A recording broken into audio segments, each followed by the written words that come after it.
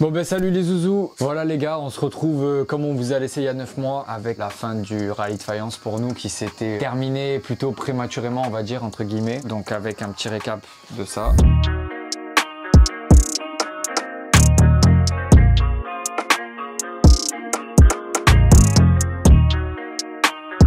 On a fini la nouvelle caisse, là elle est complètement finie, 9 mois comme un enfant. C'est notre bébé. C'est le bébé. Ce vlog il sera un peu différent, il y aura un peu des conneries de ce qu'on a fait en temps réel, mais c'est surtout un vlog un peu plus sérieux où on va revenir sur toutes les grosses étapes qu'on a faites. Donc du coup on part d'une base d'une 205 Océane, c'est pour ça que je l'ai faite bleue pour rappeler l'océan. Océane je t'aime. Voilà. S'il y a des océanes qui nous regardent. On l'a toute dépouillée, c'était un tas de ferraille pour être très honnête, c'était une catastrophe cette voiture. Elle était au fond du jardin et elle pourrissait et aujourd'hui ça en est devenu une petite auto de course bien peaufinée. Aux petits oignons. Aux petits oignons, donc comme vous le savez on a monté un arceau mater dedans, c'est pas nous qu'on l'a monté évidemment, c'est notre cher et tendre Christophe Serboni. Chris Autorénov, que beaucoup de monde connaît, et je pense qu'il y a plus de monde qui le connaît que de gens qui nous suivent sur YouTube. Peut-être, voilà, sûrement. C'est très sûr. Voilà, c'est très sûr, mais c'est normal en même temps vu le taf qu'il a fait. Yvan, avant ça, Yvan Sablage qui nous l'a toute sablée. Donc elle est partie chez Chris. Chris, il a tout soudé l'arceau. Il a fait tout ce qu'il y avait à faire, c'est-à-dire l'arceau, ça a été 80% de la voiture, ce qu'il a fait, ça a été l'arceau. Et après, il a renforcé toute la caisse à des endroits bien précis, bouché tous les trous d'origine qu'une voiture d'origine a et que nous, dans le rallye, ça nous sert plus. Tous ces trous-là, il les a bouchés avec des plaques. Il nous a soudé toutes les coupelles d'amortisseurs. Après ça, nous, vous vous doutez bien que on a dû la poncer. On a d'abord poncé l'arceau, phosphaté l'arceau, le traitement pour la ferraille, reponcé ce qu'on a phosphaté. Et une fois qu'on a fait ça, on l'a tout reponcé pour la prêter. On a tout reponcé une fois que ça a été apprêté. L'après, c'est pour gagner toutes les petites imperfections qu'il peut y avoir. Et une fois que ça a été fait, ça a été peint une première fois. On arrive à l'histoire du fameux bleu.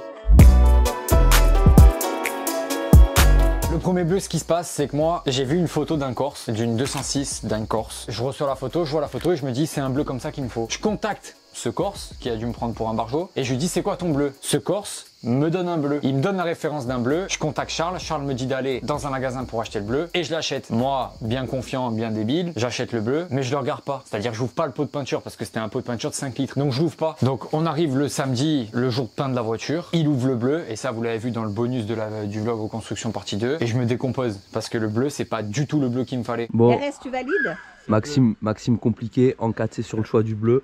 Il sait plus. Ah, il est encaté. Et en fait, ce qui se passe, pourquoi je l'ai toute peinte? Parce que déjà, lui, ça lui plaisait. Pour moi, c'était un beau bleu. Alors, c'était pas ce qu'on pas ce qu'on s'attendait au départ. Ouais. C'était un beau bleu. C'était pas un bleu moche. Non, c'était un beau bleu, mais c'est sûr pas agressif, quoi. C'était un bleu gentil. Pour ceux qui ont une petite ref, un peu les dernières Audi A1, elles ont ce bleu. Ou les camions Iveco EDF. Et merci à Audi pour leur sponsor des deux RS3 qui nous fournissent gratuitement. Pour les recos. Ce qui se passe, c'est que moi, je le laisse peindre. Tout le monde est content. Son frère, il kiffe. Et puis de toute façon, pour bien voir la couleur au final, parce que même dans le seau des 5 litres, jamais tu te rends compte de la couleur, à quoi elle ressemble vraiment. Même quand tu peins dans un Barnum, tu vois une couleur. Tu sors la voiture au soleil, c'est plus la même couleur. Donc du coup, elle a été peinte quand même complètement, intérieur, extérieur, la voiture de ce bleu-là. Le soir même, Max a porté sa paire qu'il a entre ses jambes, on peut le dire. Parce que moi, mot pour mot, et ça je l'assume, je lui ai dit tu me vois pas. Et ça j'en ai voulu d'ailleurs. Il m'en a voulu. Pas, mais non, je le sais parce que je commence à le connaître le mec. Bah, du coup, il a pris ses papiers à poncer, ses petites mains. Je t'ai tout reponcé. Et il a tout reponcé, un fou. Le lendemain, dimanche, 8h, 20h. À poncer, voilà. Non, j'enlève pas la casquette pour Robinou dans le masson. Non, Robinou il veut embrasser son crâne mais il embrasse pas. Entre temps, le temps que je me remette à choisir un bleu qui me plaise à moi, lui il était hors catégorie, limite on se parlait plus parce que ça nous a tellement... C'est ça aussi qu'on voulait dire parce qu'il y a toute la tension dans ces reconstructions. Parce que oui, vous croyez que c'est tout le temps beau et rose entre nous, mais non, jamais. C'est comme un couple, hein. Non, jamais. Déjà c'est une mauvaise entente, c'est que pour les caméras la bonne entente. Non mais croyez pas, il y a des fois où on se prend la tête, où on s'appelle plus pendant une semaine et tout. Mais... Et du coup, donc j'ai choisi choisi le bleu. On a monté l'autre Barnum avec l'extracteur de fumée. On a ouvert le pot de peinture. Quand je l'ai ouvert, de suite, ça allait mieux. Voilà, le bleu, il me plaisait beaucoup plus. Je voulais vraiment un bleu marine, mais électrique, un peu flash, un peu fluo. Et quand on a fait ça, ben, tout allait mieux. Charles, il a mis dans le pistolet, il a appliqué sur le dessous de la caisse qui n'était pas peint. C'était le seul endroit qui était pas peint. Une fois qu'il a appliqué, cash, j'ai vu la différence et je me suis dit, c'est bon, c'est celui-là. Et d'ailleurs, au passage, pour la petite anecdote, Sandro, il nous a rejoint dans la journée qu'on l'a peinte. Il est rentré dans le Barnum. De suite, ça allait mieux. Charles lui-même me l'a dit qu'il préférait ce bleu-là aussi. Du coup, toute cette énergie-là de mieux, de plus beau bleu, ça a effacé beaucoup de peine et de déception en soi. Parce que aussi, ça a un prix, les gars. Hein. En tout, il y a presque 1200 € de peinture. C'est de la folie ce que j'ai fait. Et donc, du coup, tout ça, ben, ça, c'est un sacré prix, quoi. C'est pour de la peinture, je rappelle bien. C'est, voilà. On a fait le choix du bleu intérieur. De toute façon, nous, on avait pris deux idées dans notre tête. C'est soit on faisait l'intérieur en blanc, soit de la couleur de la caisse. En blanc, on sait que c'est magnifique. Les gens nous ont dit que c'était magnifique, mais les gens nous ont dit ne le faites pas. Christophe. Surtout Christophe. Ouais. Il nous a dit ne le faites pas parce qu'en blanc, le problème, c'est que ben, le blanc, quoi, c'est salissant au possible, ça jaunit après. Donc, c'est pour ça qu'on a pris la décision de le faire en bleu. De le faire en full bleu parce que nous, le gris, de toute façon, on n'aimait pas du tout. Ah ouais, bah c'était comme elle en fait. Voilà, c'était comme elle et comme les trois quarts des voitures de course. Et franchement, un intérieur gris, on trouve pas ça beau du tout. C'est aussi, je sais pas si on s'imagine, mais déjà qu'elle a été peinte 2 fois. Voilà, donc légèrement de boulot. Et en plus de ça, faire un intérieur blanc, admettons, et l'extérieur bleu, ça demandait un taf. Genre, il fallait tout cacher. C'était beaucoup plus de boulot en fait. Étape 3, le remontage de la voiture. On s'est dit c'est que du démontage de l'ancienne caisse et du remontage sur la nouvelle. Or, non. Or, ça s'est pas passé du tout comme ça. Vu que sur elle, tout était fait pour cette caisse-là, mais que sur l'autre, tous les endroits où il y avait des pattes, Christophe, il a renforcé l'endroit pour qu'on ait une vraie caisse de rallye, donc une caisse renforcée. Et ben, toutes les pattes n'étaient plus bonnes. Le moindre boulon qu'il y avait à remettre, il fallait le modifier. Voilà. Au final, ça a été plus du tout du démontage-remontage. Ça a été vraiment, c'est vraiment une nouvelle caisse et il y a plus rien qui est pareil, quoi. Et ça, on s'en est de suite rendu compte avec le train arrière. Cache. Allez, modifie les pattes parce qu'avant... Parce que avant, ben, le boulon il sortait de ça, et ben maintenant il fallait le faire sortir de ça parce qu'il y avait une tôle de renfort. Parce qu'il y avait une tôle de renfort. De manière, ça a laissé place à ce magnifique TikTok ou ce moment de Sandro de pétage de câble. Et ça, c'était très drôle. J'espère que Mathis nous mettra un extrait de le le doigt là. Là, vous avez un cylindre bloc qui vient ici, il ressort ici, tac, il ressort là, le doigt. Le doigté, le doigté. Un autre truc aussi tout con, on s'est dit, tiens, et si on achetait tout pour floquer notre tableau de bord, comme des grands garçons. Et au final, donc il y a un soir 2 semaines, Thomas et Mathieu ils sont venus, on a pris le tableau de bord de elle, on l'a monté dans l'autre, ça allait pas, on a tout recoupé, on l'a enfin fini par le mettre, et en sachant que la voiture elle était peinte, donc horrible de monter le tableau de bord dans la voiture peinte. Juste aparté.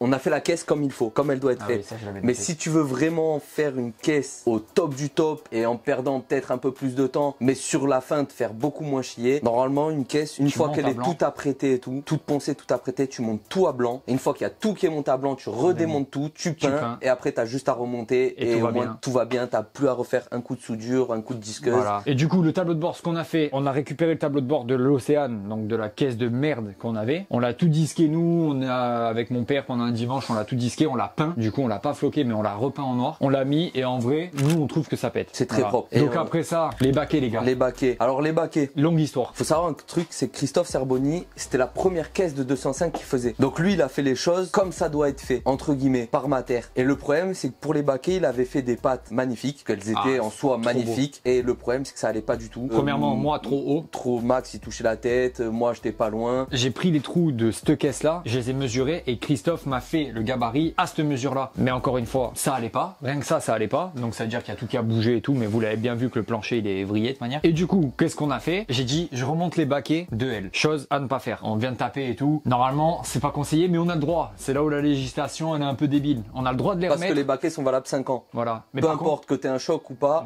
les baquets sont valables 5 ans. Donc ça veut dire que tu peux te pulvériser dans ton arbre, dans un arbre. Et remettre ton baquet. Voilà, c'est là où c'est un peu con. Donc du coup, avec Jean-Marc, ça nous a mis 3 week-ends à tout redisquer et tout remodifier pour pouvoir mettre les pattes de baquet, pour pouvoir bien les installer et qu'on soit bien. Parce que quand même, Max, lui, côté pilote, il faut qu'il soit bien comme il aime dans la position de conduite. Et moi, le but, c'est que je sois le plus bas possible et le plus incliné possible, c'est le mieux. Parce qu'il faut s'imaginer aussi qu'un truc, il y a des moyens plus faciles de les faire.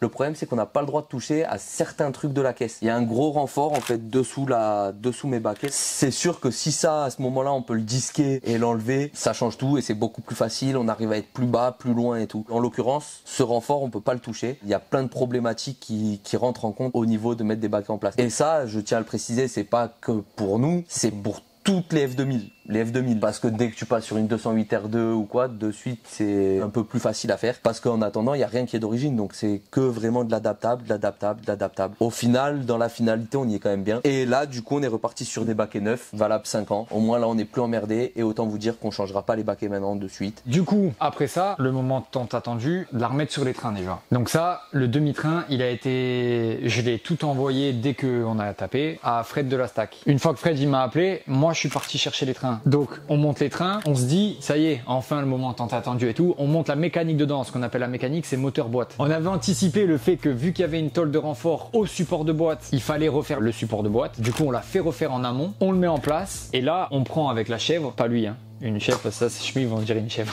Le truc qui doit prendre normalement 10-15 minutes à mettre, je sais pas, une après-midi. Il y avait un jour de fou. Il y a eu plein de trucs, donc du coup, reponcer, reapprêter, repeindre le support, remettre le support le lendemain matin, remonter le moteur dans la voiture. Et là, le moteur, il est en place. Problème, on met, c'est la boîte qui touche le berceau. Donc c'est pas possible de laisser un frottement comme ça. Ah ouais, non. Du coup, ravance tout. Et ça jouera à la fin. Ça jouera sur la suite. Avant de jouer sur la carrosserie, ça jouera par la suite sur les radiateurs. Parce que vu qu'on a tout avancé, il y a deux radiateurs. Il y a le gros radiateur principal et le radiateur d'huile. Vu qu'on a tout avancé, et ben du coup ça avance tout ça, donc plus rien passe. L'échappement frotté au radiateur, donc il a fallu tout qu'on réavance. Là on le brief, mais c'est un temps, vous imaginez pas. Mon père il est devenu fou pour ça. Au final d'un truc, ça a tout décalé. Ça modifie tout jusqu'à arriver à la carrosserie, au pare-choc final, que même lui, il faut le modifier. En parallèle, il a fallu changer tout le circuit d'eau. Loïc, encore une fois, il est venu, eux ils se sont mis là et ils ont fait tout le circuit d'eau eux-mêmes et on fera des vidéos et franchement pour le coup c'est vraiment propre, c'est magnifique ce qu'ils ont fait, mais pareil. Ouais, il va me remercier, il voulait pas le faire, son père et moi, on lui a dit viens on met un radiateur dans la voiture. Un chauffage. Du coup ça pareil, il faut l'installer. Et une fois que ça a été fait, et enfin on a pu la démarrer cette mauvaise débroussailleuse. Ça sent bon. D'ici quelques minutes.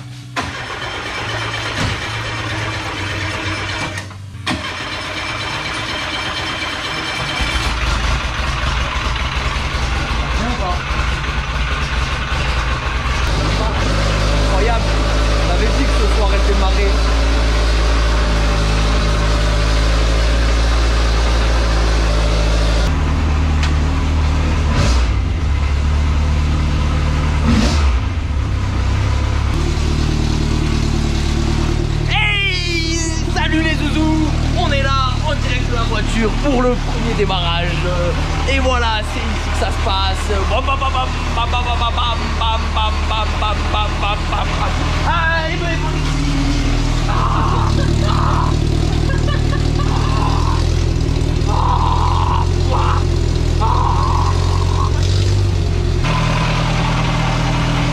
J'ai toujours rêvé de faire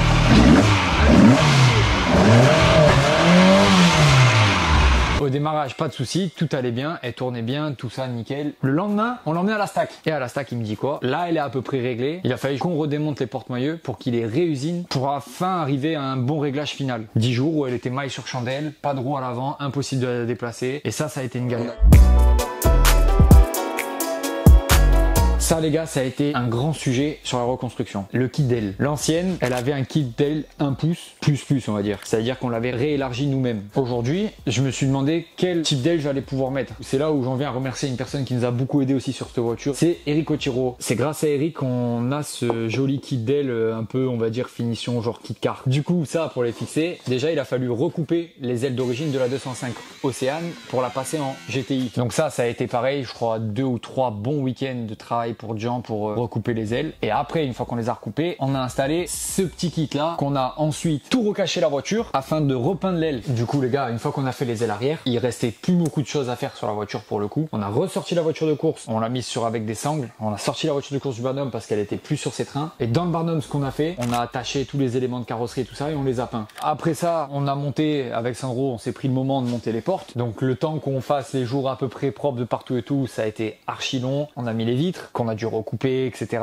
Donc là, les vitres, on les a achetées chez MC Racing, comme les rétros d'ailleurs. Les vitres, c'est du Macrolon 3 mm, derrière c'est du... Non, devant c'est du 5 et derrière c'est du 3. Derrière, c'est moi qui les ai faites, j'ai acheté du Macrolon et je les ai toutes retaillées et tout. C'est moi. Mais ça, je voulais pas me faire chier à le faire, je les ai achetés chez MC Racing. Après, on a mis le pare-brise, notre ami Mister Pare-brise, avec le bandeau, etc. Ça aussi, pareil, merci Loïc, parce que si c'était pas là, je pense qu'on y serait encore à le mettre, ce pare-brise. On a monté le capot, les pare-chocs, un dimanche complet pour tout réadapter, ce qu'on vous expliquait tout à l'heure. Et donc, les finitions, ça a été très long. Bah, on l'a fait nous deux, donc ça a été. Et puis ça y est, la voiture elle est finie. C'est voilà, les finitions, c'est mettre les harnais. Des harnais. T'es serré là? Non, ça va pas là. Là, il me faut plus court. Et là aussi. C'est-à-dire, ouais, il faut que je veux pas ça. Moi, je fais ma star. Je veux pas ça là. Ouais, faut que je veux pas ça là. Ok, d'accord, je m'y attelle. Là, pour le coup, j'ai vraiment rien. T'as rien. Ah là, tu vois, ça parlait, ça faisait le mec et tout. Regarde, même rien. Mettre le bac à casse, tirer tous les fils propres de la radio. Tester la radio. Qu'on n'a pas fait. Qu'on a testé à la première séance d'essai. Moi, le truc que je veux plus jamais faire, c'est, je l'avais fait sur l'ancienne, mais là, je me suis cassé la tête avec mon père pour le faire mieux. C'est les bavettes, les gars. Les bavettes, ça a été affreux parce que j'ai fait les pattes à l'intérieur pour pas qu'elles se voient. Bon, c'est des belles bavettes, tu vois, comme on dirait un boucher, des belles bavettes. Mais tout ça, on en rejoint au fait que ça prend un temps de fou et c'est pour ça qu'on a mis 9 mois à monter ce petit bébé là derrière que vous voyez. Au moment où on a tout monté la mécanique, donc où elle a démarré, etc., on a entendu des bruits à l'embrayage. C'est-à-dire que quand on était au point de patinage et qu'on la faisait avancer, la voiture elle faisait un gros bruit de grincement d'embrayage, disque, je sais pas ce que c'était, mais au début on s'est dit que c'était pas normal et que pour vérifier la chose, il fallait qu'on aille essayer la voiture sauvagement un soir. Comme dirait notre ami Scandola, vous avez pas le droit de faire ça. Enfin, on va pas louer une route pour faire 4 km pour passer tous les rapports, enfin... Et puis il faut s'imaginer quelque chose quand même pour remettre les choses dans leur contexte. À l'époque de nos darons, quand mon père, il roulait en rallye, laissait de la voiture, ils partaient de chez eux, ils démarraient la voiture de course, ils allaient l'essayer et ils revenaient stop et fin. Il faut s'imaginer qu'on l'a fait, c'était un soir de semaine, on est parti à 22h ou 22h30, on a chargé la voiture, on est sur parti la remorque. Sur la remorque, on a été loin. Plus loin dans la montagne qu'on pouvait aller. Là où il n'y a pas d'habitation pour pas gêner les gens. Du coup les gars, on est monté essayer la voiture de course, tout s'est bien passé. Il y a eu ce petit moment de joie, quand on est monté dedans et que j'ai tiré un peu.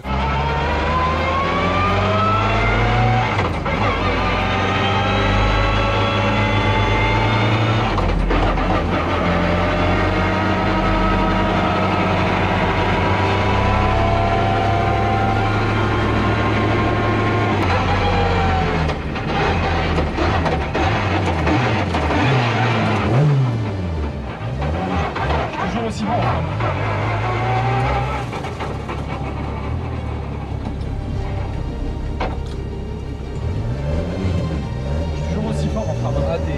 T'es une machine.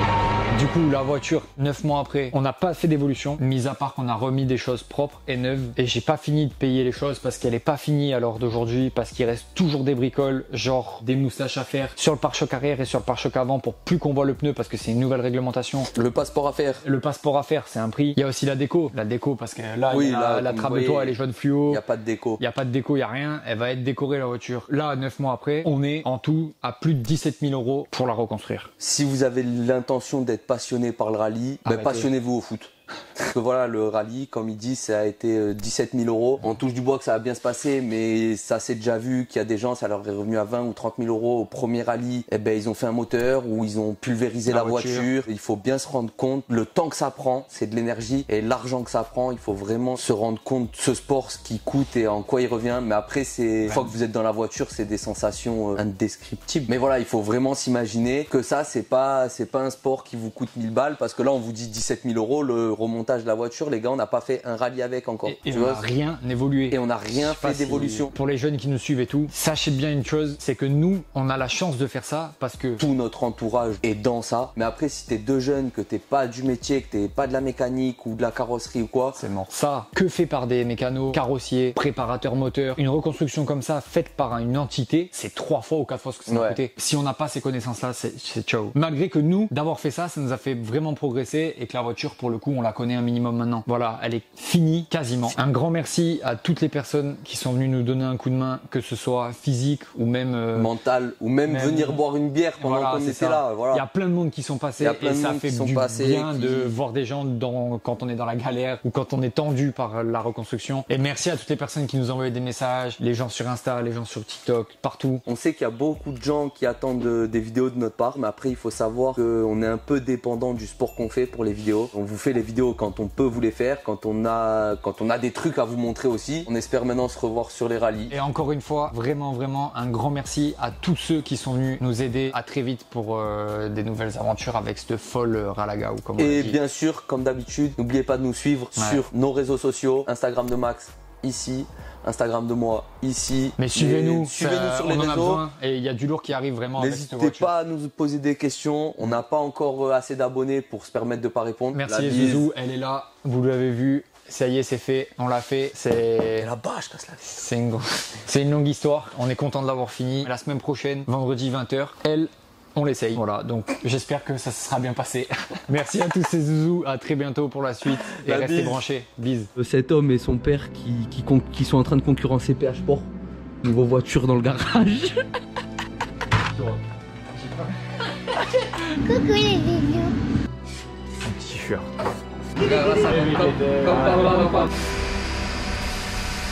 Pré-Sarboni. Ouais, là ça filme. Mais un petit coup, mais pour pas l'enlever le jaune. Entre 5 mecs. Ça l'encasse, il a dit ça. Bah, parce que c'est une balance, lui, vas-y, tu peux y aller. Attends. Ça, c'est en train d'astiquer une goupille. Le dernier coup de ponçage. Ça me dit de demander des photos dans l'avion encore. Dans la voiture.